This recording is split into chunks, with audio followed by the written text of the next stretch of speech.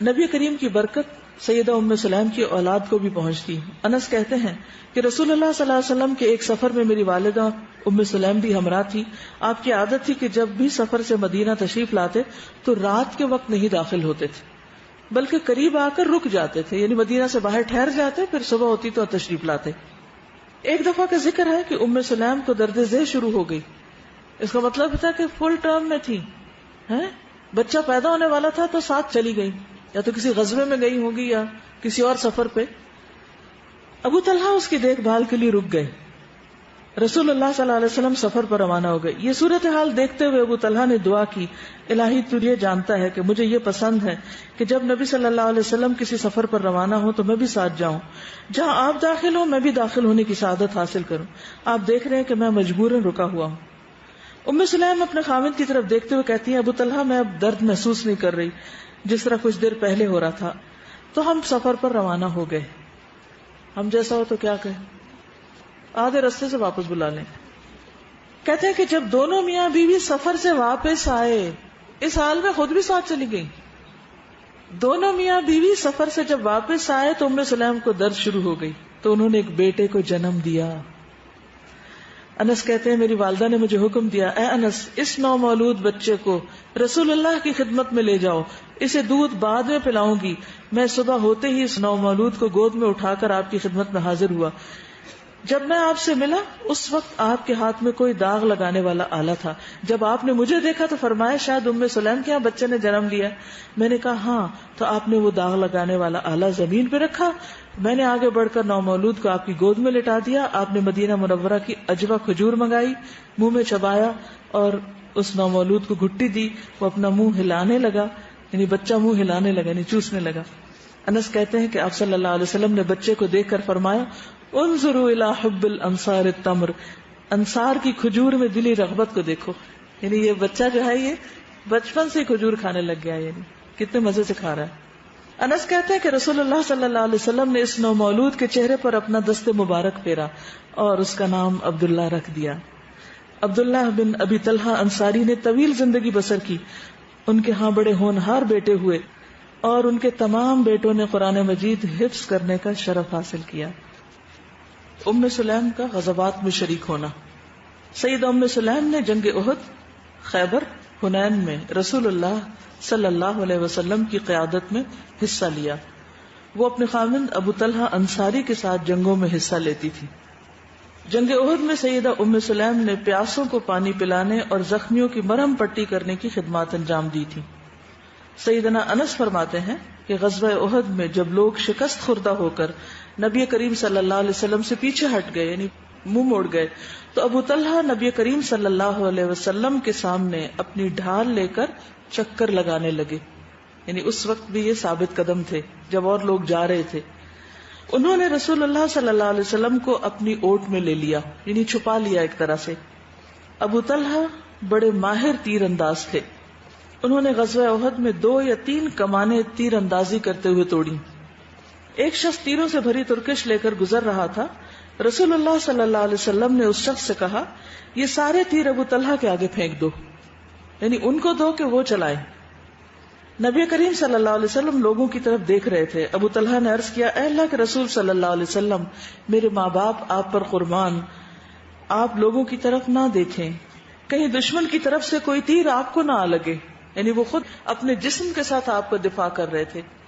دفاع کا یہ طریقہ دیکھیے کہ آپ کو کوئی تیر نہ لگے، وہ لگے تو مجھے لگ جائے، آپ جھانک کے بھی نہ دیکھیں. میرا سینہ آپ کی دفاع کے لیے حاضر ہے، میرا سینہ آپ کے دفاع کے لیے حاضر ہے. میں نے سیدہ عائشہ صدیقہ اور سیدہ ام سلیم کو دیکھا کہ وہ دونوں اپنے مشکیزوں سے زخمیوں کو پانی پلانے میں بڑی مستعدی، یعنی بڑی ہوشیاری کا مظاہرہ کر رہی تھی. مشکیزوں سے جب پانی ختم ہو جاتا وہ دونوں اپنے اپنے مشکیزیں تیز رفتاری سے دوبارہ بھر لاتی اور زخمیوں کے منہ میں انڈیلنے لگتی. ابو طلحہ انصاری کے ہاتھ سے 2 یا 3 مرتبہ تلوار زمین پر گری. امام مسلم سے روایت ہے کہ وہ انس بن مالک سے بیان کرتے ہیں کہ سیدہ ام سلیم کے پاس غزوہ حنین میں ایک خنجر تھا، اسلحہ بھی اٹھایا ہوا تھا، جسے ابو طلحہ نے دیکھ لیا. انہوں نے عرض کیا اے اللہ کے رسول صلی اللہ علیہ وسلم، ام سلیم کے پاس ایک خنجر ہے. رسول اللہ صلی اللہ علیہ وسلم نے اس سے پوچھا کہ اس خنجر کو کیا کرو گی؟ انہوں نے کہا اگر کوئی مشرک میرے قریب آیا تو میں اس خنجر سے اس کا پیٹ پھاڑ دوں گی. یہ سن کر رسول اللہ صلی اللہ علیہ وسلم ہنسنے لگے. پھر انہوں نے کہا اے اللہ کے رسول صلی اللہ علیہ وسلم، جو نئے نئے مسلمان ہوئے ہیں اور آپ نے ان کو آزادی دے کر اپنی صفوں میں شامل کر لیا ہے، یہ لوگ ہماری ہزیمت کا باعث بنتے ہیں، ان کو قتل کر دیجیے. یعنی غزوہ حنین میں کون شریک ہوئے تھے نئے نئے؟ کچھ یاد ہے؟ غزوہ حنین ہوئی کب تھی؟ فتح مکہ کے بعد. فتح مکہ میں کتنے لوگ شریک تھے؟ 10,000. اور غزوہ حنین میں 12,000. تو یہ 2,000 کہاں سے آئے تھے؟ یہ نئے نئے مسلمان ہو کر. یہ نئے مسلمان تھے جو فتح مکہ کے بعد لشکر میں شریک ہوئے تھے، ان کی طرف اشارہ ہے. تو انہوں نے کہا کہ یا رسول اللہ صلی اللہ علیہ وسلم آپ ان کو قتل کیجئے کیونکہ ان کی وجہ سے ہمیں مشکل ہوئی ہے. آپ کو معلوم ہے نا کہ شروع میں غزوہ حنین میں غزوہ احد کی طرح مسلمان پسپا ہونے لگے تھے کفار کے تیروں کی وجہ سے. رسول اللہ صلی اللہ علیہ وسلم نے فرمایا اے ام سلیم، اللہ کافی ہے اور بہت بہتر ہے. یہ کیوں فرمایا آپ نے؟ ان کی سوچ اور آپ کی سوچ، ان کی بات اور آپ کی بات میں یہ فرق کیوں ہے؟ آپ نے ان کی بات کیوں نہ مان لی؟ وہ ایک بہت سمجھدار خاتون تھی، بہت ذہین خاتون تھی. کیا ان کی بات غلط تھی؟ چند دن پہلے جو شخص مسلمان ہوا ہو آج وہ مسلمانوں کی فوج میں لڑ رہا ہے، اور یہ تو اتفاق کی بات ہے کہ ان تیروں کی وجہ سے مسلمان پیچھے ہٹنے لگ گئے تھے. تو کیا ضروری تھا کہ انہی کی وجہ سے پسپائی ہو رہی تھی؟ جی. کچھ لوگوں نے اپنی تعداد پر بھروسہ کرتے ہوئے کہا تھا کہ اس دفعہ ہماری تعداد زیادہ ہے تو ہم ضرور جنگ جیت جائیں گے. اور ایسا ایک بات تو یہ کہ جو کلمہ پڑھ لے اور مسلمان ہو جائے اس کو تو ویسے ہی قتل کرنا جائز ہی نہیں. بالکل درست. اور استاذہ یہ کہ جو نئے مسلمان تھے وہ 2,000 تھے اور جو پرانے تھے وہ 10,000 تھے.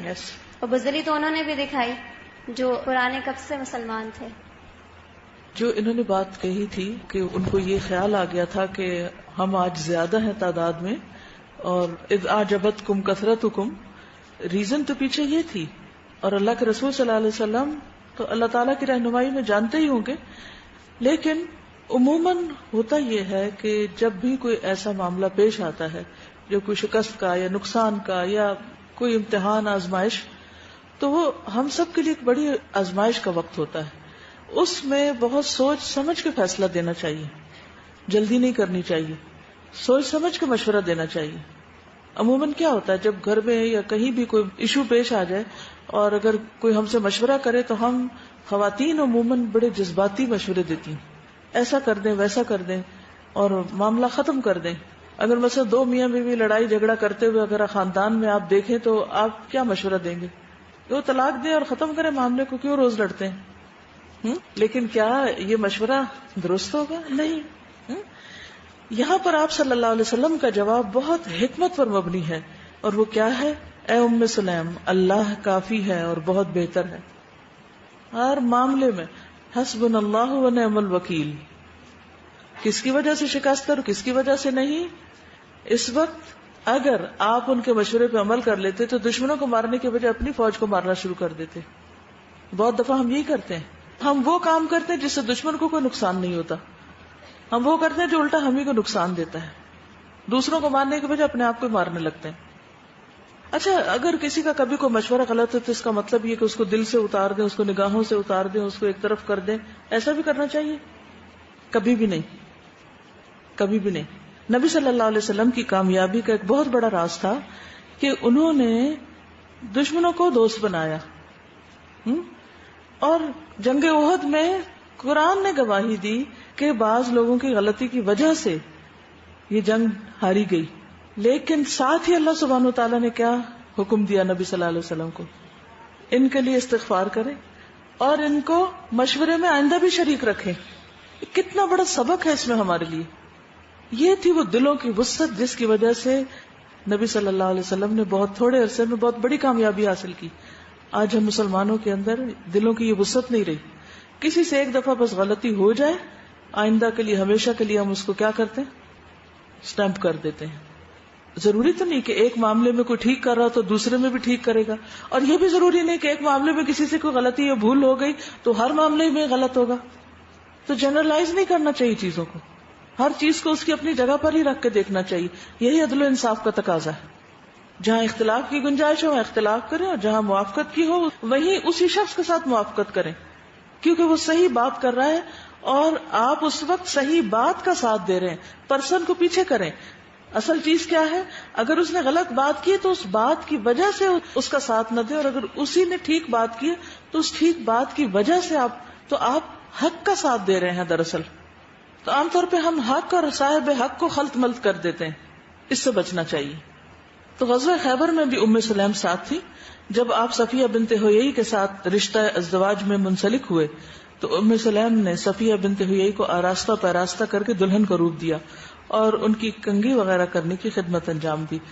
تو کبھی کبھی مجھے حیرت ہوتی کہ دلہنیں خود کیوں نہیں کنگھی کرتی، ساری زندگی کرتی ہیں اور بعد میں بھی کرتی ہیں، پتہ نہیں اس دن کیوں نہیں کرتی.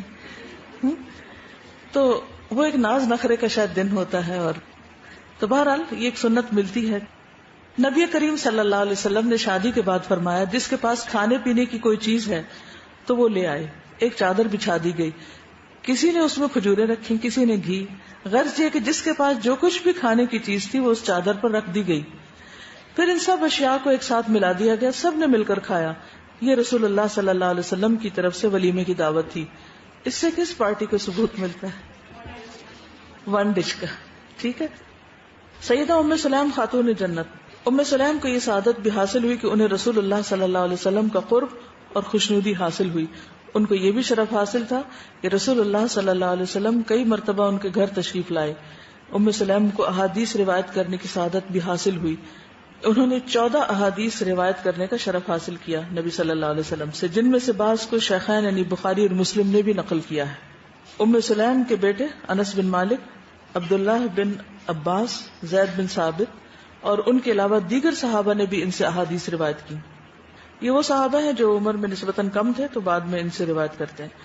ام سلیم ایک ایماندار، دین کی پابند، رب کے حق کو پہچاننے والی، نبی صلی اللہ علیہ وسلم کی اطاعت گزار، اپنے خاوند کے حقوق ادا کرنے والی، بیٹوں کی احسن انداز میں تربیت کرنے والی اور کافروں اور منافقوں کے خلاف جہاد کا علم بلند کرنے والی، ان پر پوری شدت کے ساتھ حملہ آور ہونے والی اور سخیوں کے لیے ایک مثالی نمونہ بننے والی خاتون تھی. یہ سب خوبیاں انہوں نے نبی صلی اللہ علیہ وسلم کے مدرسے سے حاصل کی تھی. رسول اللہ صلی اللہ علیہ وسلم کے چشمہ رحمت ہی سے وہ سیراب ہوئی تھی. وہ مدرسہ نبوی کی ایک ہونہار شاگردہ تھی. ام سلیم کو نبی صلی اللہ علیہ وسلم کی زبان سے جنت کی بشارت ملی. انس بن مالک کہتے ہیں کہ نبی صلی اللہ علیہ وسلم نے فرمایا میں جنت میں داخل ہوا تو میں نے جوتوں کی آہٹ سنی. میں نے کہا یہ کون؟ فرشتوں نے کہا یہ انس بن مالک کی والدہ غمیسہ بنت ملحان ہے. ایک دوسری روایت میں آتا ہے کہ مجھے جنت دکھلائی گئی، میں نے اس میں ابو طلحہ کی بیوی کو دیکھا، پھر میں نے جوتوں کی آہٹ سنی تو وہ بلال تھے. اللہ سبحانہ وتعالی ام سلیم اور ان کے خاوند ابو طلحہ انصاری پر اپنی رحمت کی برکھا برسائے. اب کچھ احادیث جو براہ راست جن کا انتخاب کیا گیا بخاری اور دیگر احادیث کی کتب سے، میں انشاءاللہ ان کو آپ کے سامنے رکھتی ہوں. اس میں کچھ چیزیں نئی ہوں گی، کچھ ریپیٹ ہوں گی. احادیث میں غور و فکر کرنے کا وقت ہے یہ. ٹھیک ہے. اس سے یہ بھی پتہ چلتا ہے کہ سیرت جو ہے وہ صرف ہمیں کوئی ایسے ہی واقعات نہیں ہے جو ادھر ادھر سے اکٹھے کر لیے گئے ہیں، بلکہ اوتھینٹک کتابوں سے یہ چیزیں ہمیں باقاعدہ ملتی ہیں. یعنی مناقب صحابہ کے ابواب میں یا دیگر روایات میں بھی. ٹھیک ہے. مناقب صحابہ احادیث کی کتابوں میں ایک باب ہوتا ہے جس میں صحابہ کرام کی جو صفات ہیں ان کو بیان کیا جاتا ہے. وہ کیوں؟ کیونکہ وہ ہمارے لیے رہنما کی حیثیت رکھتے ہیں اور ہم دعا مانگتے ہیں اہدنا الصراط المستقیم صراط الذین انعمت علیہم. تو یہی وہ لوگ ہیں جن پر اللہ سبحانہ وتعالی نے انعام فرمایا. اور ان کا راستہ ہمیں کہاں سے پتہ چلے گا؟ ان کی زندگیوں کے مطالعے سے. جب تاریخ ہم پڑھتے ہیں تو بعض اوقات ہمیں شک گزرتا پتہ نہیں بات ٹھیک بھی ہے یا نہیں. اس لیے بہت ضروری ہے کہ اس میں جو بالکل پیور، خالص، اوتھینٹک، ثابت شدہ چیزیں ہیں وہ ہمیں معلوم ہو تاکہ ہم پورے یقین کے ساتھ اس پر عمل کر سکیں، کیونکہ عمل کے بغیر علم فائدہ مند نہیں. ٹھیک ہے. اور خصوصاً خواتین ہونے کے اعتبار سے یہ ہمارے لیے زیادہ بہترین رول ماڈل ہے. تو نبی صلی اللہ علیہ وسلم نے ان کو جو جنت میں دیکھا تو اس کی روایت بخاری میں بھی آئی ہے. آپ نے فرمایا میں جنت میں داخل ہوا، یعنی خواب میں دکھایا گیا تھا آپ کو، تو میں نے وہاں ابو طلحہ کی بیوی رمیسہ کو دیکھا. ایک جگہ غمیسہ آتا ہے، رمیسہ آتا ہے. بعض اوقات ایک بندے کے کئی ایک طرح سے بھی نام ہوتے. رائٹ. آپ میں سے کسی کے 2-3 نام ہیں؟ گڈ. اصل میں جب ماں باپ کو بچوں سے پیار ہوتا ہے تو وہ بہت سارے نام رکھ لیتے ہیں. پتہ نہیں آپ نے کبھی ایسا کیا یا نہیں. میں اپنے بچوں کے ساتھ ہی کرتی تھی. ہر تھوڑے عرصے کے بعد جو میرے دل میں محبت سے لفظ آتا تھا میں وہ نام رکھ لیتی. پھر میں نے ایک دن ایک لسٹ بنائی کہ میں نے فلاں بچے کے کتنے نام رکھے. وہ میں لسٹ رکھی ہوئی ہے اور میں باقاعدہ بلاتی تھی ان ناموں سے. تو اس میں یہ ہے کہ بعض لوگ واقعی اپنے خاندان میں یا اپنے والدین کو یا شوہر کو یا کسی کو بھی اتنے پیارے ہو سکتے ہیں کہ ان کے ایک سے زیادہ نام بھی بلائے جاتے ہیں. تو اس میں اس شک میں نہ پڑیے کہ یہ یہی ہے رمیسا یا یہ غمیسا ہے یا کیا ہے کیا نہیں. ایسا ہونا عین ممکن ہے, اس میں کوئی مشکل نہیں. اور بعض لوگ تو دو نام کٹھے بھی رکھتے ہیں. بعض لوگ تو باپ کے نام سے, تو بعض لوگوں کے 2 نام ہوتے ہیں. کیا آپ کے کیا نام ہے 2؟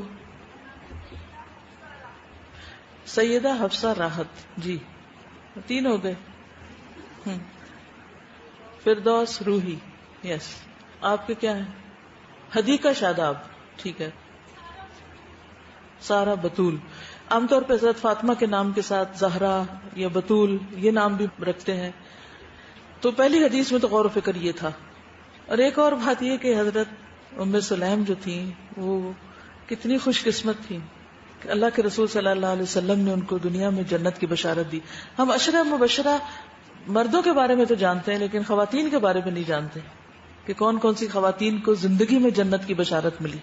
ٹھیک ہے, کسی اور خاتون کا نام معلوم ہے؟ جی. ام رومان, حضرت خدیجہ, حضرت فاطمہ, حضرت آسیہ. ٹھیک ہے. پھر اب یہ جب بچہ فوت ہو گیا تو انہوں نے خود ہی بچے کو نہلایا دھلایا اور چادر ڈال کے کونے میں گھر کے رکھ دیا, خود ہی نہلا لیا.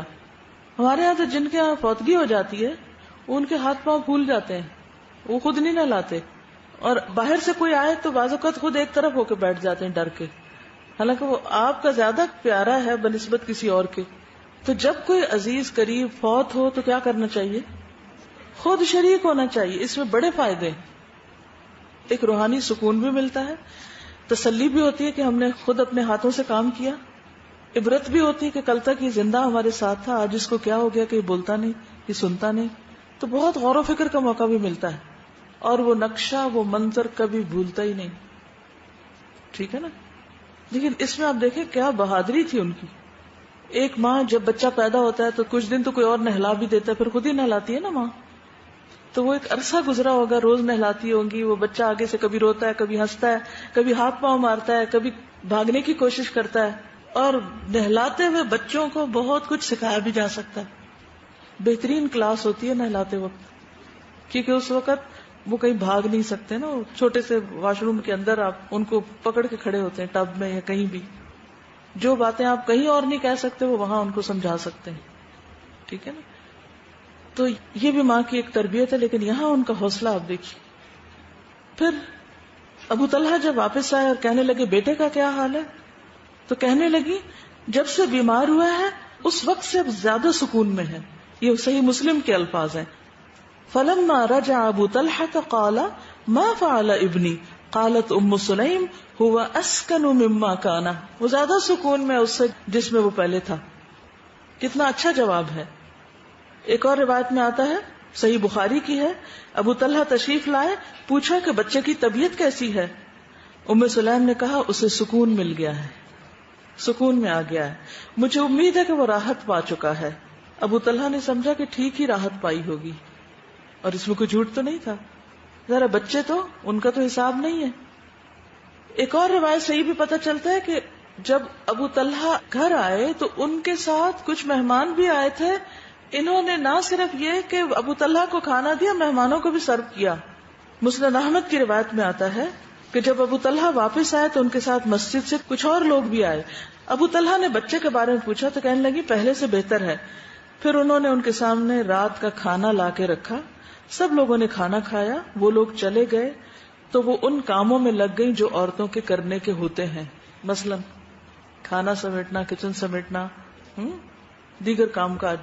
پھر اس کے بعد صحیح مسلم کی روایت میں آتا ہے پھر سلیم نے یعنی کھانا وانا دے کے سب سمیٹ کے پھر سلیم نے ان کے لیے شوہر کے لیے اچھی طرح بناؤ سنگھار کیا جیسا اس سے پہلے کبھی نہ کیا تھا. ثم تصنعت له احسن ما كان تصنع قبل ذلك. کسی بھی عورت کے لیے اپنے جذبات پہ قابو پا کے نارمل رہ کے زندگی کے کاموں کو چلانا سارے غموں اور دکھوں کے ساتھ، یہ بہت بڑی اچیومنٹ ہے، بہت زبردست کردار ہے. آج آپ دیکھیں آج کے دور میں کوئی چھوٹا سا بھی نقصان ہوتا ہے نا، کوئی چھوٹا سا حادثہ زندگی میں ہو جاتا ہے، کوئی چھوٹی سی خبر ہمیں مل جاتی ہے کہیں سے، اس کے بعد ہمارے دل کا عالم کیا ہوتا ہے، سارے کام کاج چھوڑ کے بیٹھ جاتے ہیں ہم، ہے یا نہیں؟ مثلاً اگر آپ ہاسٹل میں رہ رہے ہیں اور آپ کو پتا چلے کہ فلاں رشتے دار کی شادی ہے اور سارا گھرانہ جا رہا ہے، آپ کے دل کا حال کیا ہوگا؟ کتنی توجہ سے سبق پڑھیں گے، سنیں گے؟ نہیں کر سکیں گے. کیوں؟ کیونکہ ہم نے سیکھا ہی نہیں کہ جذبات پہ قابو کیسے پاتے ہیں. اور بعض اوقات ہم جب اپنی منمانی کرنا چاہتے ہیں تو ہم کیا کہتے ہیں؟ یہ تو تصنع ہے. کیا جذبات پہ قابو پانا تصنع ہے؟ اور سچ صرف یہی ہے کہ ہم جو دل میں ہے وہ منہ سے بولے چلے جائیں، چاہے غصہ ہے، چاہے نفرت ہے، چاہے محبت ہے، اور صرف باتیں کیے چلے جائیں. یہ سچ ہوگا؟ اور ایسے سچ کا نتیجہ کیا ہوگا؟ یعنی اگر آپ ہر وقت وہ کہنے لگے جو آپ کے دل میں ہے، یہ کہہ کے کہ مجھے تو سچ بولنا چاہیے اور وہی کہنا چاہیے جو میرے دل میں ہے، ورنہ تو میں جھوٹ کہہ رہی ہوں، تو کیا یہ جھوٹ ہوگا؟ کیا کہتے ہیں آپ اس کے بارے میں؟ بولے. ہمارے یہاں کہا جاتا ہے نا اس قسم کے ایٹیٹیوڈ کے بہت اسٹریٹ فارورڈ ہے یہ، اور مینس دل میں کچھ نہیں رکھتی، اور دل اور ایک ہاں بالکل وہ دل میں کچھ نہیں رکھتی. تو کیا ہر وہ چیز جو دل میں وہ نکال دینی چاہیے باہر؟ کیا یہ عقل مندی ہے؟ جی بالکل. اس کا یہ مطلب نہیں ان کے دل میں غم نہیں ہوگا یا انہوں نے، لیکن دل کو ہر وقت اپنے اوپر مسلط نہیں ہونے دینا چاہیے. ٹھیک ہے نا؟ اس کو کنٹرول کرنا آنا چاہیے. جی یہ بتایا بناؤ سنگھار کیا، تو میں یہی سوچ رہی تھی کہ لازم بات ہے وہ غم تو ان کو فیل ہو رہا تھا نا، تو جب ہمارے دل میں ہوتی ہے بات کہ دوسروں کو انہوں نے ایکسٹرا کیا تاکہ جو ہے وہ بالکل اس کا پتہ ہی نہ چلے کہ کوئی ایسا غم ہو. ایک اور سچویشن ایسی ہوتی ہے کہ بعض اوقات جیسے شوہر سے ناراضگی ہو گئی، کسی بات پہ موڈ آف ہو گیا آپ کا. اچھا بعض لوگ کیا کرتے ہیں، اس کو اتنا لمبا کر دیتے ہیں کہ حتیٰ کہ شوہر کا پھر آف ہو جاتا ہے، اور اتنے میں پھر کیا نتیجہ کیا نکلتا ہے، فائدہ کیا ہوتا ہے؟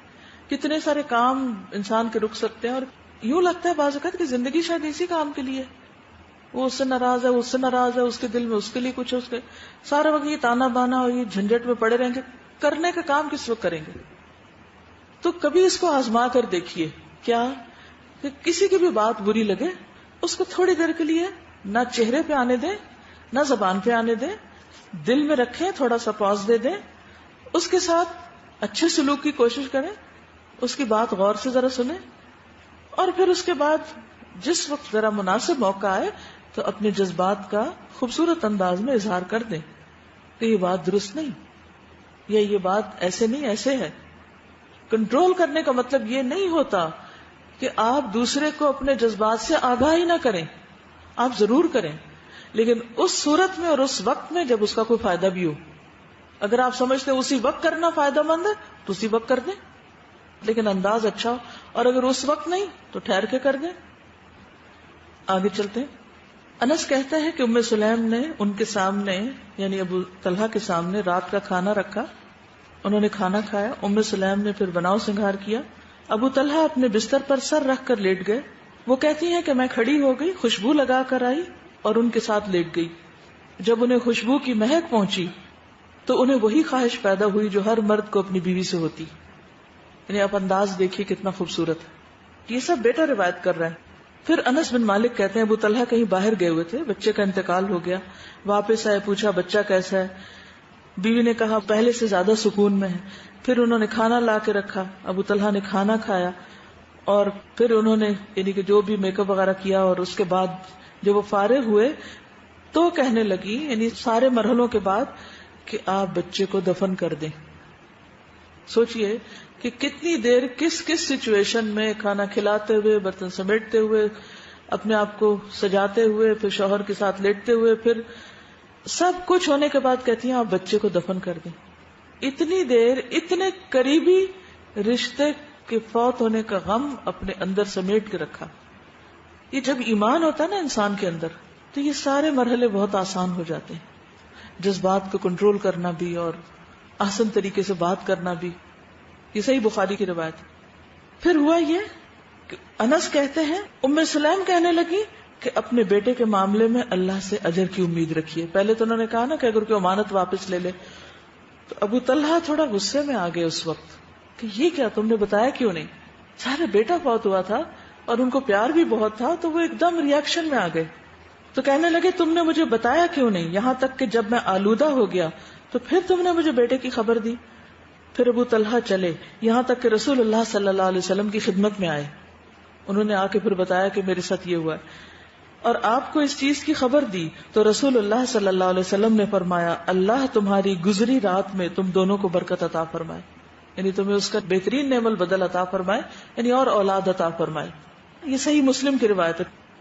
یہاں پر آپ کچھ کہنا چاہیں کہ عموماً پتہ کیا ہوتا ہے, ایک عورت جو ہوتی ہے یا بیوی جو ہوتی ہے نا, اس کو بہت ساری چیزیں سہنی پڑتی ہیں. ادھر اولاد کی باتیں, ادھر شوہر کی, ادھر سسرال کی, ادھر اس کی, ادھر اس کی. تو اگر عورت ایموشنلی اسٹرانگ نہیں تو وہ سروائیو نہیں کر سکتی, پھر وہ کچھ کر نہیں سکتی زندگی میں. تو ادھر ڈپریشن کے مریض ہو کے پڑ جائے گی, ادھر نروس بریک ڈاؤن ہو جائے گا. پھر اس نے کرنا کیا ہے؟ تو اگر آپ واقعی عبادت گزار ہونا چاہتی ہیں, روزے دار ہونا چاہتی ہیں, دین کی خدمت گار ہونا چاہتی ہیں, تو آپ کو ایموشنلی اسٹرانگ ہونا ہوگا. ورنہ دل آپ پہ غالب آ جائے گا, ایموشنز آپ پہ غالب آ جائیں گے اور آپ بس پڑ جائیں گی. اور اگر آپ پڑ گئی نا تو سب منصوبے دھرے کے دھرے رہ جائیں گے, سارے خواب بکھر جائیں گے, کوئی کام زندگی میں نہیں ہوگا. کیا ان کو بچے کا صدمہ نہیں تھا؟ اب جھگڑا کہاں سے شروع ہوتا ہے؟ ان کو بھی بچے کا صدمہ ہوگا. انہوں نے اتنا حسن سلوک کیا کہ آتا ہی نہیں ایک شور مچا دیا کہ یہ ہو گیا وہ ہو گیا. خود ہی کفن دیا, اس کو نہلایا دھلایا, رکھا, صبر کیا, کھانا دیا, تیار ہوئی, سارا کچھ کیا. اس کے بعد جب شوہر کو بتایا اور اتنے اچھے انداز میں بتایا, پھر بھی شوہر ناراض ہوئے, تو اس پر وہ یہ نہیں کہ وہاں پھٹ جائیں اور کہیں کہ دیکھو میں اس وقت سے تمہاری خاطرداری میں لگی ہوئی ہوں اور تم اب الٹا مجھے پہ ناراض ہو رہے ہو. ہم پتہ کیا ہوتا ہے, آخری مرحلے پہ جا کے نا پھٹ پڑتے ہیں. سارے اچھے کام کر لیں گے سب کچھ, اور آخری ایک چیز ہمیں اتنا ٹریگر کر دے گی کہ ہم کہیں کہ بس چھوڑیں, جائیں آپ جو مرضی کریں, اب آپ خود ہی دفن کریں, ٹھیک ہے. وہاں لڑائی ہو سکتی تھی لیکن نہیں لڑی, اس چیز کو بھی برداشت کیا. یہی برداشت کا وقت ہوتا ہے کہ جب آپ حسن سلوک کرتے جائیں کرتے جائیں کرتے جائیں اور آخر میں آپ کو آپ کے حسن سلوک کا الٹی چپیٹ پڑے. آپ اچھا کر رہے ہیں اور لوگ اس کو آپ کے خلاف استعمال کریں, پھر دیکھیں آپ کیا کرتے ہیں. یہاں آپ کا ٹیسٹ ہے. جی آپ کچھ کہیں؟ جی میں سوچ رہی تھی کہ کتنے زیادہ حقوق ادا کرنے والی تھی. سب سے پہلے شوہر کی غیر موجودگی میں بیمار بچے کی عادت کرتی رہی. ہم میں سے کوئی ہو تو کہے کہ جی چھوڑ کے اپنی ذمہ داری چلے گئے ہیں, اور میں نے اکیلے مطلب اس کو دیکھ رہی ہوں بیماری کی حالت میں. پھر وہ فوت ہوا, وہ اس وقت بھی اکیلی تھی. پھر اس بچے کا حق ادا کیا, آخری حق ادا کیا کہ اس کو غسل کروایا. پھر یہ ہے کہ مہمان جو آئے ان کے حقوق ادا کیے, انہیں کھانا کھلایا, برتن سمیٹے. پھر شوہر کا حق ادا کیا. اور مطلب یہ حکمت ان کے اندر نظر آ رہی ہے کہ انہوں نے ٹائم مینجمنٹ بھی کی کہ کس وقت شوہر سے بات کرنی ہے. کہ ایک دم اگر شوہر گھر آئے اور بیوی کہنا شروع ہو جائے آج تو یہ ہو گیا وہ ہو گیا, عموماً یہی ہوتا ہے گھروں میں, تو باہر سے تھکے ہوئے آتے ہیں, سفر کر کے آئے, تو انہوں نے پورا ٹائم دیکھا کہ کس ٹائم پہ مجھے یہ بات کرنی ہے, سارے اپنے حقوق ادا کر کے. اور پھر اتنا کچھ کرنے کے بعد جب ناراضگی سنی تو کوئی ری ایکشن نہیں شو کیا, اس کو سہ گئی. کیونکہ ہم اتنا کام کر لیں نا, پھر ہم کیا ایکسپیکٹ کرتے ہیں, اب ہماری تعریفوں کے پل باندھے جائیں, اب تو ہمارے اس کا اشتہار دیا جائے کہ کتنی اچھی بیوی ہے. نہیں, اس کا بھی وقت آ جائے گا کسی وقت, ابھی کام کرتے جائیں آپ. جی آپ. اصل میں ہم جس طرح کے دور سے گزر رہے ہیں اور جو ہمارے جذبات, اس میں ہمیں یہ مثال سمجھنا بہت مشکل لگ رہا ہے, اور یعنی یقین نہیں آتا کہ ایسے بھی کوئی کر سکتا ہے. کچھ عرصہ پہلے کی بات ہے کہ ام سلیم کا یہی واقعہ گھر میں امی کے ساتھ کوئی ذکر ہوا اس کے اوپر کہ کتنا مشکل, یہ کیسے انہوں نے کر لیا یہ. تو میری والدہ نے بتایا کہ میری ایک تائی کے بارے میں کہ ان کا ایک بیٹا تھا, اسی طرح وہ فوت ہوا, اور میرے جو تایا تھے وہ آؤٹ آف اسٹیشن ہوتے تھے اور کبھی ویکینڈ پہ, کبھی مہینے میں ایک دفعہ یا 15 دن کے بعد آتے تھے. تو انہوں نے کہا کہ اس طرح ان کا ایک بیٹا بیمار تھا اور ایک بڑا بیٹا بھی تھا, اور یہ بچہ چھوٹا کچھ عرصہ پہلے پیدا ہوا تھا, اور اس کے بعد سے بیماری مستقل تھا تو وہ فوت ہو گیا. اس دن ان کے ہسبینڈ نے واپس آنا تھا تو انہوں نے اپنے بڑے والے بیٹے سے کہا کہ کسی کو یہ بات ابھی بتانے کی ضرورت نہیں ہے کہ بچہ فوت ہو گیا ہے. اور انہوں نے اس کو اچھی طرح لپیٹ کے اور بستر پہ بالکل ایسے رکھ دیا جیسے وہ سویا ہوا ہے. اور جب ان کے ہسبینڈ واپس آئے اور ظاہر ہے کہ پوچھا کہ یہی بالکل بات کہ بچہ کیسا ہے, تو انہوں نے کہا کہ بچہ ٹھیک ہے. اور بس اس کے بعد بالکل نارمل طریقے سے وہ رہیں, اسی طرح ان کا خیال رکھا, کھانا دیا, ہر چیز دی, اور اس کے بعد پھر بتایا کہ بچہ فوت ہو گیا ہے. تو میں جس دن یہ واقعہ سنا تو مجھے اتنی حیرانی ہوئی اور میں سوچنے لگی کہ آج کل بھی ایسی مثالیں موجود ہیں جس کا ہم تصور یعنی سوچنا ہی مشکل لگتا ہے کہ یہ کیسے ہو سکتا ہے. لیکن اللہ تعالیٰ جس کو یہ ہمت دے اور جس کو توفیق دے. اور ان سب چیزوں کے سننے کا مطلب یہ ہے کہ ہم اپنی زندگی میں ان کو کسی نہ کسی مرحلے میں, کسی نہ کسی شکل میں, کسی نہ کسی موقع پر جب ٹائم آئے تو کر کے دکھائیں. پھر ام سلیم جو تھی وہ فزیکلی تو جنگوں میں جا کے پتہ چلتا ہے کہ کتنی فزیکلی صحت مند تھی یا مضبوط تھی, ایموشنلی آپ دیکھیں کتنی مضبوط تھی. پھر علمی اعتبار سے آپ دیکھیے انٹلیکچولی کتنے اچھے کوسچنز ہیں ان کے. ام سلیم نے حضور صلی اللہ علیہ وسلم سے ایک سوال کیا, حضرت عائشہ بھی پاس بیٹھی ہوئی تھی. کہنے لگی کہ یا رسول اللہ صلی اللہ علیہ وسلم, عورت اگر خواب میں وہ دیکھے جو مرد دیکھتا ہے اور اپنے جسم پر وہ دیکھے جو مرد دیکھتا ہے تو وہ کیا کرے؟ نیند میں اگر وہ کوئی ایسا خواب دیکھے اور اس کے جسم سے پانی کا اخراج ہو جائے تو کیا کرے؟ تو حضرت عائشہ رضی اللہ تعالی عنہا نے فرمایا, اے ام سلیم, تم نے عورتوں کو رسوا کر دیا. یعنی یہ بات کیوں بتائیے, کیوں کھولیے؟ تیرے ہاتھ خاک آلود ہوں. رسول اللہ صلی اللہ علیہ وسلم نے حضرت عائشہ سے فرمایا, بلکہ تیرے ہاتھ خاک آلود ہوں. اے ام سلیم, جب عورت اس طرح دیکھے تو اس کو غسل کرنا چاہیے. یہ کتنا ضروری سوال تھا کیونکہ پاکی اور ناپاکی سے تعلق رکھتا تھا. تو اگر وہ یہ سوال نہ کرتی تو آج عورتوں کو کیسے پتا چلتا ہے؟ ٹھیک ہے یہ ایک اگر نارمل روٹین نہیں یا ایک عام بات نہیں ہے, لیکن اس کا وجود تو ہے. تو پھر ایسی صورت میں اگر پتہ ہی نہ ہو تو لوگوں کی کتنی نمازیں ضائع ہو جائیں. تو اس سے ان کی سوچ اور ان کے جو دین کے معاملے میں جاننے کا ایک ذوق ہے وہ پتہ چلتا ہے. یہ صحیح مسلم کی روایت ہے. ایک اور صحیح الادب المفرد کی روایت ہے. ام سلیم فرماتی ہے, ایک دن میں نبی صلی اللہ علیہ وسلم کے پاس تھی. آپ نے فرمایا, اے ام سلیم, جس مسلمان کے 3 بچے مر جائیں تو اللہ تعالیٰ ان بچوں پر فضل و رحمت کے سبب سے اس کو جنت میں داخل کرے گا, اس عورت کو جس کے بچے فوت ہوئے. میں نے کہا, اور 2 بھی؟ آپ نے فرمایا, اور 2 بھی. یہ سوال ایک اور موقع پر حضرت عمر نے بھی کیا تھا اور انہوں نے بھی کیا.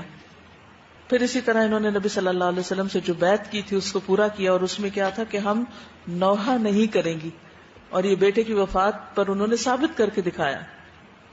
پھر صحابہ بھی ام سلیم سے کچھ مسئلے مسائل پوچھا کرتے تھے. اکرمہ کہتے ہیں, ایک مرتبہ زید بن ثابت اور ابن عباس کے درمیان اس عورت کے حوالے سے اختلاف رائے ہو گیا جو 10 ذی الحجہ کو طواف زیارت کر لے اور اس کے فوراً بعد ہی اسے ایام شروع ہو جائیں.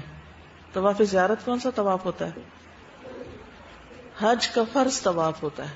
ٹھیک ہے, تو بہرحال اب ان کے درمیان اختلاف ہی ہو گیا کہ اگر طواف زیارہ ہو گیا اور پیریڈ شروع ہو گئے تو حضرت زید کہنے لگے کہ جب تک وہ طواف وداع نہ کرے وہ جا نہیں سکتی. ابن عباس نے کہا کہ اگر وہ طواف زیارت کر چکی ہے اور اپنے خامن کے لیے حلال ہو چکی ہے تو اگر وہ چاہے تو واپس جا سکتی اور انتظار نہ کرے.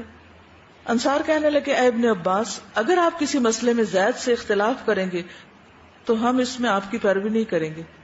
ابن عباس نے فرمایا, اس کے متعلق تم ام سلیم سے پوچھ لو. انہوں نے ام سلیم سے پوچھا تو انہوں نے کہا کہ صفیہ بنت حیی کے ساتھ یہی مسئلہ پیش آیا تھا. ٹھیک, صفیہ بنت حیی کے ساتھ یہی مسئلہ پیش آیا تھا جس پر حضرت عائشہ نے فرمایا, افسوس تم ہمیں روکو گی. نبی صلی اللہ علیہ وسلم سے اس بات کا ذکر ہوا تو آپ نے کوچ کا حکم دیا, اور خود ام سلیم نے اپنے متعلق بتایا کہ انہیں بھی یہ کیفیت پیش آ چکی ہے اور رسول اللہ صلی اللہ علیہ وسلم نے انہیں بھی جانے کا حکم دیا. تو یہ مسند احمد کی روایت ہے. ویسے تو طواف وداع جو ہے وہ ضروری ہے, لیکن ایسی عورت کے لیے رخصت ہے کہ وہ طواف وداع نہ کرے, اور اس معاملے میں ام سلیم کی رائے کو قبول کیا گیا. پھر یہ کہ نبی صلی اللہ علیہ وسلم کے ساتھ ام سلیم کا ایک بہت انوکھا تعلق تھا, اور اس کے ہم کچھ واقعات پیچھے پڑھ بھی چکے ہیں اور کچھ چیزیں اور بھی. موٹی موٹی باتیں تو آپ کو معلوم ہیں کہ جس میں نبی صلی اللہ علیہ وسلم ان کے گھر تشریف لے جاتے، ان کے گھر نماز پڑھا کرتے تھے، اور ایک مرتبہ نفل نماز آپ نے ام سلیم اور ان کے بیٹے کو پڑھائی، جس میں ان کے بیٹے جو تھے وہ آپ کے ساتھ کھڑے ہو گئے اور ام سلیم پیچھے اکیلی کھڑی تھی، اور یہ فرض نماز کے علاوہ نفل نماز کی جماعت کرائی تھی آپ نے. پھر اسی طرح یہ ہے کہ ام سلیم کہ ہاں یہ نماز صرف ایک دفعہ نہیں ہوئی، کئی بار ہوئی. وہ کہتی ہیں کہ آپ ہماری ایک چٹائی پر نماز پڑھا کرتے تھے. حضرت انس کہتے ہیں کہ آپ ہمارے ہاں آتے اور ایک چٹائی پہ نماز پڑھا کرتے تھے اور ام سلیم اس پر پانی چھڑک دیتی تھی، یعنی اس کو فریش کر دیتی تھی. ڈسٹ پڑ جاتی ہوگی تو پانی چھڑک کے وہ صاف ہو جاتی تھی. پھر اسی طرح آپ صلی اللہ علیہ وسلم نے ان کے لیے دعا کی.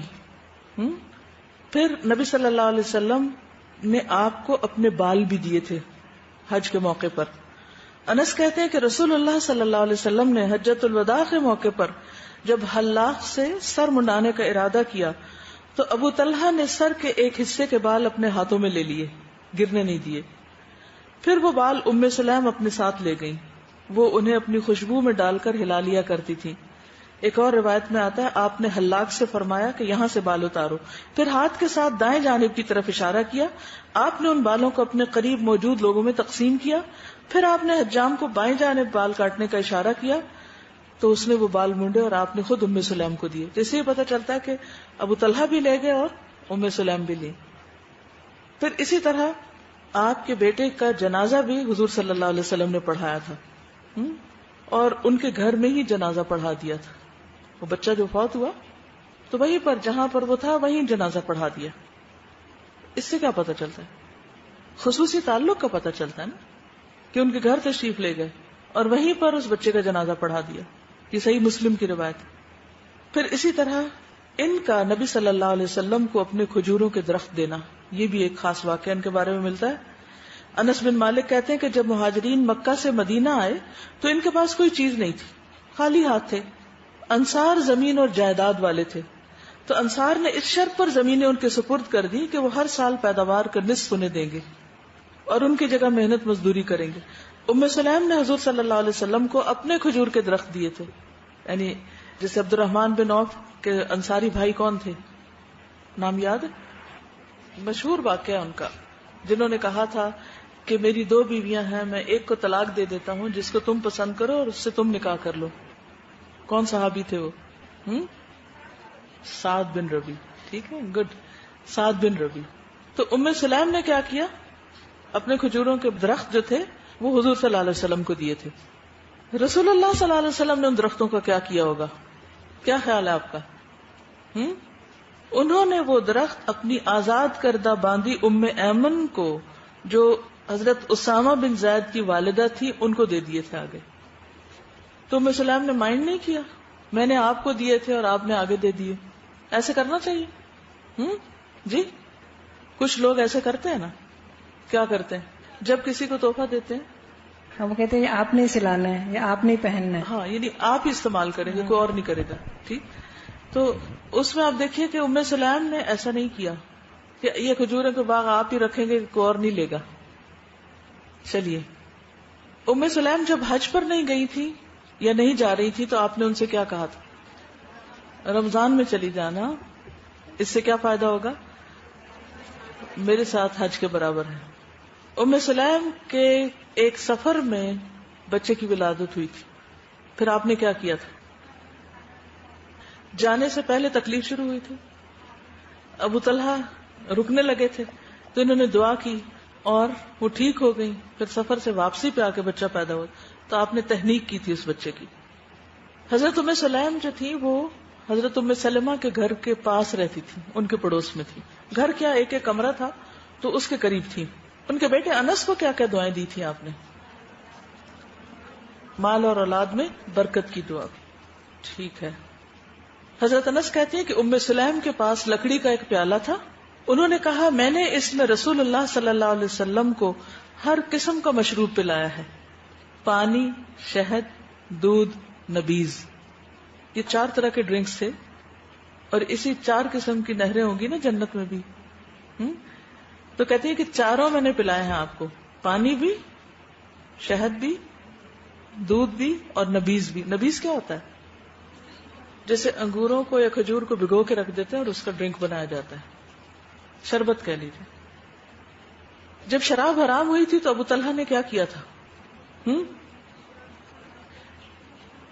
ان کے پاس نئی کھیپ آئی تھی اس وقت, کیونکہ امیر ترین لوگوں میں سے تھے اور ان کے پاس نیا سٹاک آیا تھا.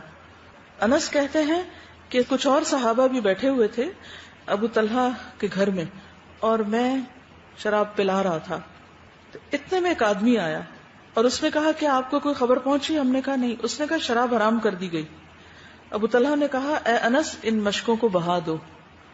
اس آدمی کی خبر کے بعد نہ انہوں نے شراب پی, نہ انہوں نے شراب کے بارے میں پوچھا, کبھی ذکر بھی نہیں کیا. پھر ایک روایت میں ہے کہ انہوں نے یہ سن کر یہ نہیں کہا ٹھہرو پہلے تحقیق کر لیں, آج تو ختم کرو پھر اگلی دفعہ نہیں پیئیں گے. ہیں انس کہنے لگے ابو طلحہ نے کہا تمہارے برتن میں جتنی شراب ہے سب انڈیل دو.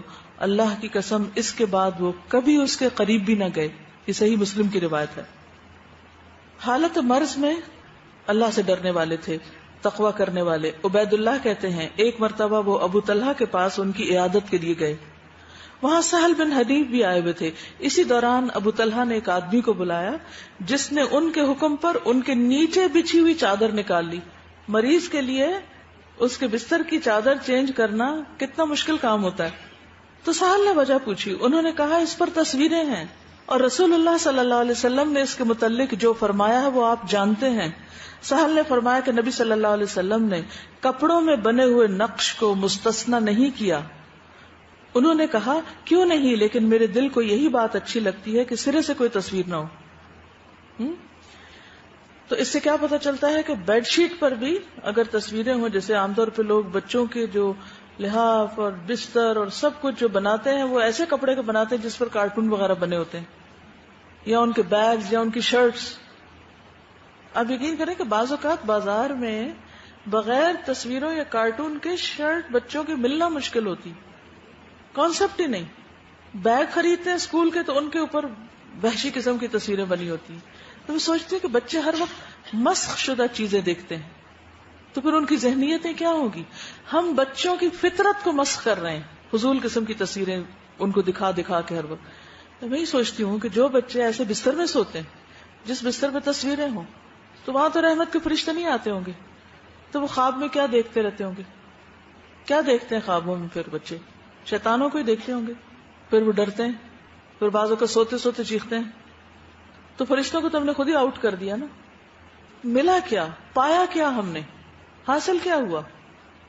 ایک چھوٹا سا دل کا بہلاوا کہ جی اب یہ چیز ان ہے یا یہ ٹرینڈ ہے, اور اس کے بغیر تو ہم پھر دوسروں کے بیچ میں شامل ہی نہیں ہوتے.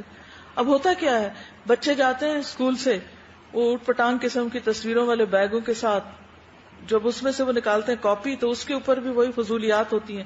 جب وہ پینسل کیس نکالتے ہیں تو اس کے اوپر بھی یہی لغویات. اب کیا ہے, وہ اسی کے بیچ میں بیٹھا ہوا ہے اور اسی کے بیچ میں الجھا ہوا ہے. اس کی سوچ کیا ہوگی, اس کا تخیل کیا ہوگا, اس کی امیجنیشن کیا ہوگا. یہ دشمن کے ایسے وار ہیں جن کو ہم سمجھتے بھی نہیں ہیں. اور پھر کیا ہوتا ہے, بچے باز کو کھلی چیزیں چھوڑ رہے ہیں, آپ وہی نماز پڑھ رہے ہیں, اپنے ان کے کمرے میں پڑے ہوتے ہیں, ایسے ہی ادھر ہی سو جاتے ہیں. ہم کس چیز کے بیچ میں رہتے ہیں؟ کبھی سوچا ہم نے کیا ماحول ہے ہمارا, کتنا تقویٰ اس سے جھلکتا ہے, ہم کیا دے رہے ہیں اپنے بچوں کو. تو بہرحال ابو طلحہ جو تھے وہ نبی صلی اللہ علیہ وسلم کے زمانے میں جہاد میں شرکت کے خیال سے نفلی روزے نہیں رکھتے تھے, لیکن آپ کی وفات کے بعد وہ کہتے ہیں کہ میں نے انہیں عید الفطر اور عید الاضحیٰ کے سوا روزے کے بغیر نہیں دیکھا. حضرت انس کہتے ہیں, بخاری کی روایت ہے. اور وہ کون تھے؟ غریب نہیں تھے, وہ مدینہ کے امیر ترین لوگوں میں سے تھے. ایسا نہیں تھا کہ کھانے کو کچھ نہیں تھا اس لیے وہ روزے رکھتے تھے. سب کچھ ہوتے ہوئے بھی انہوں نے کس چیز کو اپنے لیے اختیار کیا. انس کہتے ہیں ایک مرتبہ مدینہ میں اولوں کی بارش ہوئی, ابو طلحہ روزے سے تھے, وہ اولے اٹھا اٹھا کر کھانے لگے. کسی نے کہا آپ روزہ رکھ کے کھا رہے ہیں؟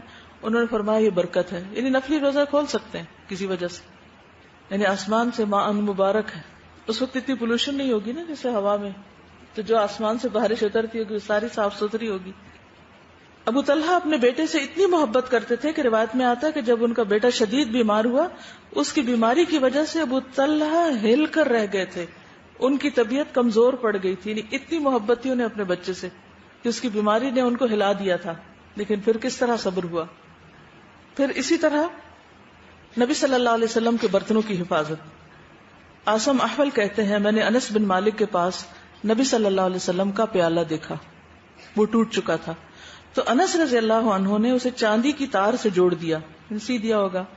وہ عمدہ چوڑا پیالہ تھا، چمکدار لکڑی کا بنا ہوا تھا. امیجن کریں. انس نے بتایا کہ میں نے اس پیالے سے رسول اللہ صلی اللہ علیہ وسلم کو کئی مرتبہ پلایا ہے. اس پیالے میں لوہے کا حلقہ تھا. انس نے چاہا کہ اس کی جگہ چاندی یا سونے کا حلقہ لگا دیں، لیکن ابو طلحہ رضی اللہ عنہ نے کہا کہ جو کچھ رسول اللہ صلی اللہ علیہ وسلم نے بنایا اس میں کوئی تبدیلی نہ کرو. چنانچہ انہوں نے یہ ارادہ چھوڑ دیا. حلقہ کیا ہوتا ہے؟ وہ پیالے کے اوپر وہ جو اس کا کرو ہوتا ہے نا، اس کنارہ، اس کے اوپر کی لیئر جو ہے. تو انہوں نے کہا کہ نہیں، آپ صلی اللہ علیہ وسلم کے پیالے کی حالت مت تبدیل کرو. نبی صلی اللہ علیہ وسلم کی قبر کس نے کھودی تھی؟ نبی صلی اللہ علیہ وسلم کی قبر کس نے کھودی تھی؟ اب آپ کہیں گے ابو طلحہ نے کی، تو انہی کا ذکر ہو رہا ہے. ٹھیک ہے. ابن عباس کہتے ہیں کہ مدینہ منورہ میں 2 آدمی قبر کھودتے تھے. ابو عبیدہ صندوقی قبر بناتے اہل مکہ کی قبروں کی طرح، اور ابو طلحہ جن کا نام زید بن سہل تھا اہل مدینہ کے لیے بغلی قبر بناتے تھے، سائڈ سے جو نکالی جاتی. تو عباس رضی اللہ عنہ نے 2 آدمیوں کو بلایا، ایک کو ابو عبیدہ کے پاس بھیجا، دوسرے کو ابو طلحہ کے پاس بھیجا. دعا کی کہ اے اللہ اپنے پیغمبر کے لیے جو بہتر ہو اسی کو پسند فرما لے. چنانچہ ابو طلحہ کے پاس جانے والے آدمی کو ابو طلحہ مل گئے، وہ انہی کو لے کر آ گیا. تو انہوں نے رسول اللہ صلی اللہ علیہ وسلم کے لیے بغلی قبر تیار کی. یہ شرف ان کو حاصل ہوا تھا. حضرت انس نے کتنی حدیثیں روایت کی ہوئی. اب ام سلیم کی اولاد کے بارے میں تھوڑی سی بات ہم کریں گے. حضرت انس کے بیٹے کتنے بیٹے؟ 3. ٹھیک ہے. نضر بن انس، موسیٰ بن انس، ابو بکر بن انس. نضر بن انس بخاری کے راوی ہیں، موسیٰ بن انس مسند احمد کے راوی ہیں، ابو بکر بن انس مسند احمد کے راوی ہیں. پوری کتابیں انہوں نے روایت کی ہیں. بیٹی امینہ بنت انس بن مالک، صحیح بخاری میں ان کا ذکر ہے. پوتے ہشام بن زید بن انس بخاری کے راوی ہیں. حفص بن عبید اللہ بن انس مسلم کے راوی ہیں. عبید اللہ بن ابی بکر بن انس بخاری کے راوی ہیں. ثمامہ بن عبداللہ بن انس ترمذی، نسائی اور ابن ماجہ کے راوی ہیں. پھر ان کے پڑپوتے عبداللہ بن المثنی بن عبداللہ بن انس بن مالک بخاری کے راوی ہیں. پھر محمد بن عبداللہ بن حفص بن ہشام بن زید بن انس ابن ماجہ کے راوی ہیں. شاید آپ کو پتہ ہی نہیں کہ کتاب روایت کرنے کا مطلب کیا ہے. کچھ پتہ ہے؟ جیسے حدیثیں پہلے روایت ہوتی تھی نا، جب احادیث کتابوں میں کمپائل ہو گئی تو پھر کیا ہوتا تھا؟ پوری کتاب روایت ہوتی تھی. ایسے ہی کتاب کہیں سے کوئی اٹھا کے نہیں لے آتا تھا. اب تو چھپ گئی ہے نا کتابیں، تو ہم کہیں سے بھی خرید لیتے ہیں. تو پہلے اس طرح نہیں ہوتا تھا. پہلے کتابیں باقاعدہ روایت کر کے آگے دی جاتی تھی. تو اس سے کیا پتہ چلتا ہے کہ ان کی نسلوں میں علم والے اور علم کی حفاظت کرنے والے اور اسے اگلی نسلوں تک پہنچانے والے پیدا ہوئے. برا بن مالک جو تھے، ان کے بارے میں حضور صلی اللہ علیہ وسلم نے کیا فرمایا تھا؟ کچھ یاد ہے آپ کو؟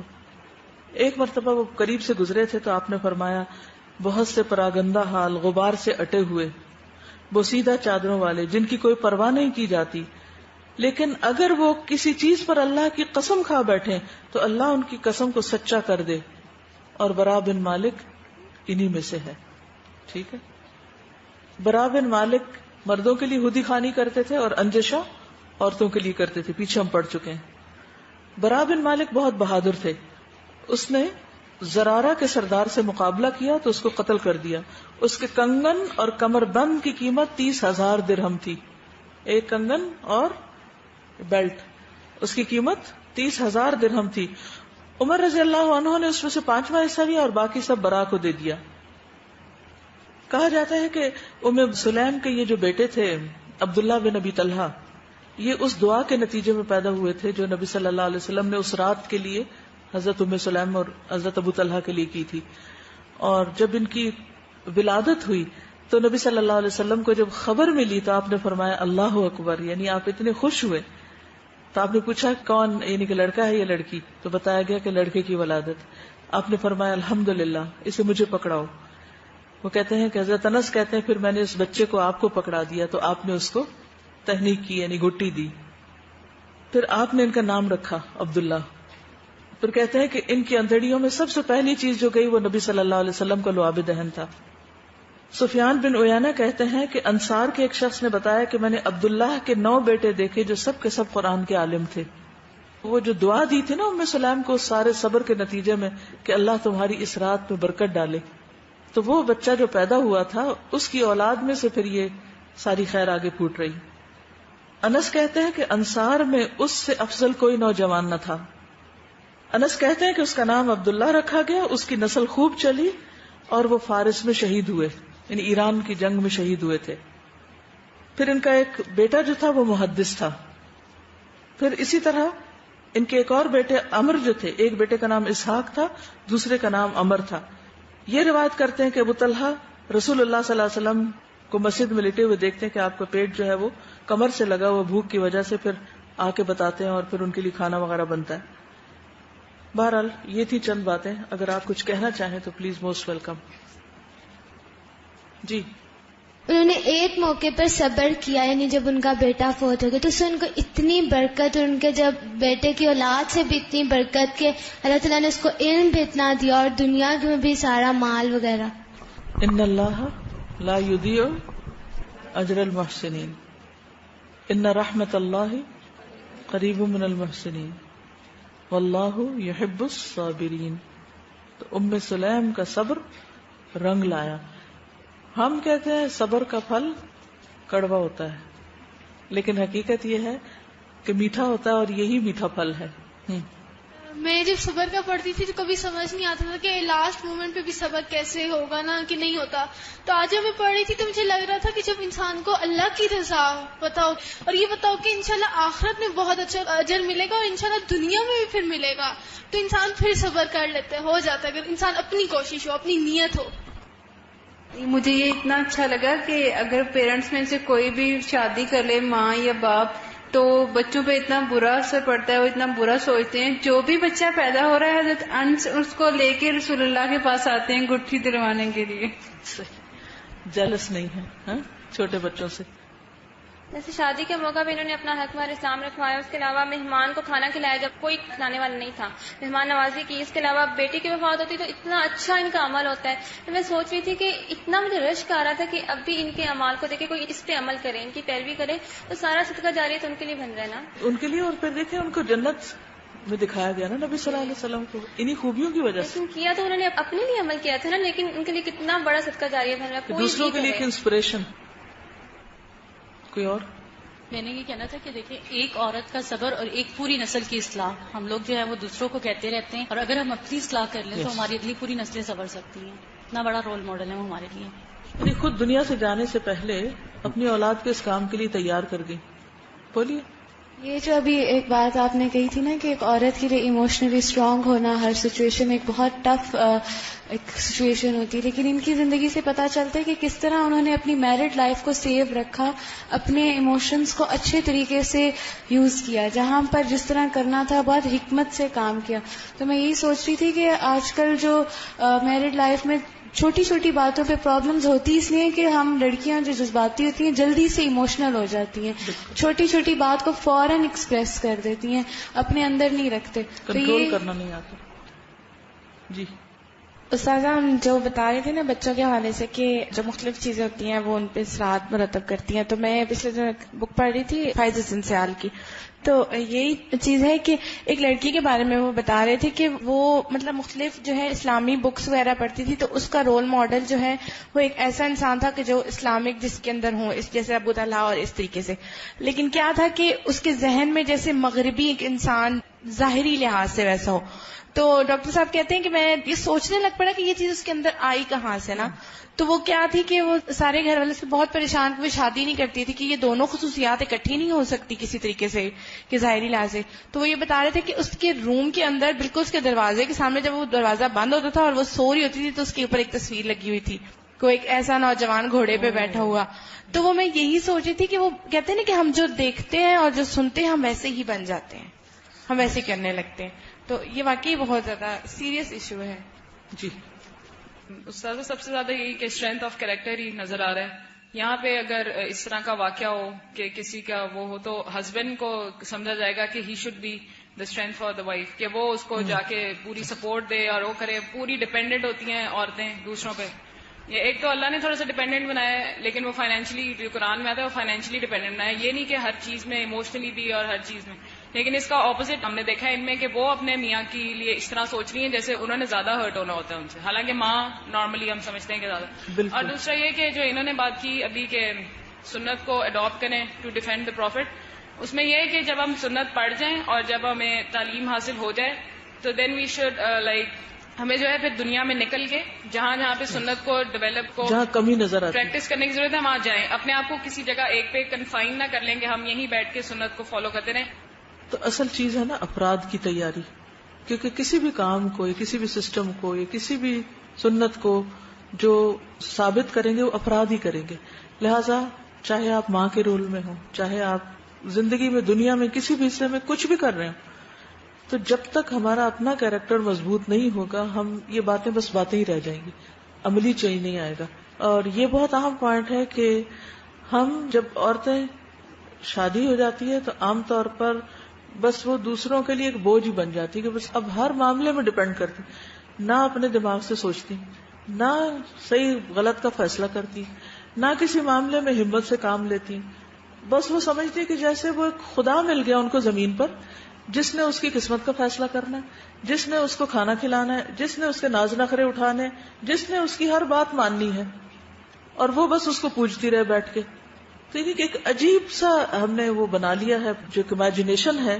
یعنی شادی سے پہلے رشتوں کے معاملے میں وہ ہیرو کو سوچتے رہتے ہیں گھوڑے پہ بیٹھ کے آ رہا ہوگا کہیں سے، اور اسی لیے اب تک براتیں گھوڑے پہ ہی بیٹھ بیٹھ کے جاتی ہیں. اور پھر اس کے بعد شادی کے بعد اپنی عقل بند ہر معاملے میں. بعض اوقات میں کچھ لوگوں کو دیکھتی ہوں چھوٹی چھوٹی باتوں میں ہسبینڈ کے اوپر ڈپینڈ کر رہی ہوتی ہیں، یہ کر لیں یہ نہ کرے. بھی تم خود کدھر ہو؟ تمہارا دماغ اللہ نے فالتو بنایا ہے، اس سے بھی کچھ سوچو. اور پھر شوہر بھی ضد ہوتے ہیں کہ بھئی ہر وقت ہم ہی مشورہ دیتے رہے، اور جہاں پوچھنا ہے وہاں بھی پوچھتی ہیں، جہاں نہیں پوچھنا وہاں بھی پوچھتی ہیں. تو اس طرز عمل کو، اس سوچ کو اور اس طریقے کو بدلنا ہوگا. زندگی ایک دفعہ ملی ہے، اس کو صحیح طور پر کام میں لائیں. اپنے انڈیویجول سوچ اور اپنے انڈیویجول حساب کتاب اور جواب ان چیزوں کو بھی ذہن میں رکھیں. ہر معاملے میں، ہر جگہ پر کتنا بیلنس کردار ہے، گھر کے اندر بھی ہے باہر کا بھی ہے. ہم گھر کے ہوتے ہیں تو باہر بھول جاتے ہیں، باہر نکلتے ہیں تو گھر بھول جاتے ہیں. کوئی توازن ہی نہیں، کوئی اعتدال ہی نہیں. استاذہ اسٹریس میں اسی پوائنٹ پہ پھر کروں گی، کیونکہ جب ہم پڑھتے ہیں نا تو پھر ہم اتنا زیادہ علم میں اور اس میں انوالو ہو جاتے ہیں کہ پھر ہم اگنور کر دیتے ہیں کہ جو ہے ہمیں یہ بھی دیکھنا ہے، حکمت اس کو بھی کہتے ہیں، کہ کہاں پہ اس وقت سب سے زیادہ ضرورت ہے اور کہاں پہ جا کے میں زیادہ بڑا چینج کریٹ کر سکتی ہوں. بالکل. یا آگے جو ہماری جنریشن ہیں ان کو ہم نے ڈفرینٹ میدانوں کے لیے تیار کرنا ہے، صرف علمی میدان کے لیے تیار نہیں کرنا. ایک یعنی کہ جو ایک بیلنسڈ رول ہے اس پر توجہ دینے کی ضرورت ہے. ساری صحابیات کے اندر آپ دیکھیں کہ صرف ایک طرف نہیں ہے، مختلف کام کر رہی. گر حکمت کا راز یہ کہ اس کو مینج کیسے کرنا ہے یہ آنا چاہیے. اوکے. سبحانک اللہم و بحمدک اشہد ان لا الہ الا انت استغفرک و اتوب الیک. السلام علیکم و رحمۃ اللہ وبرکاتہ.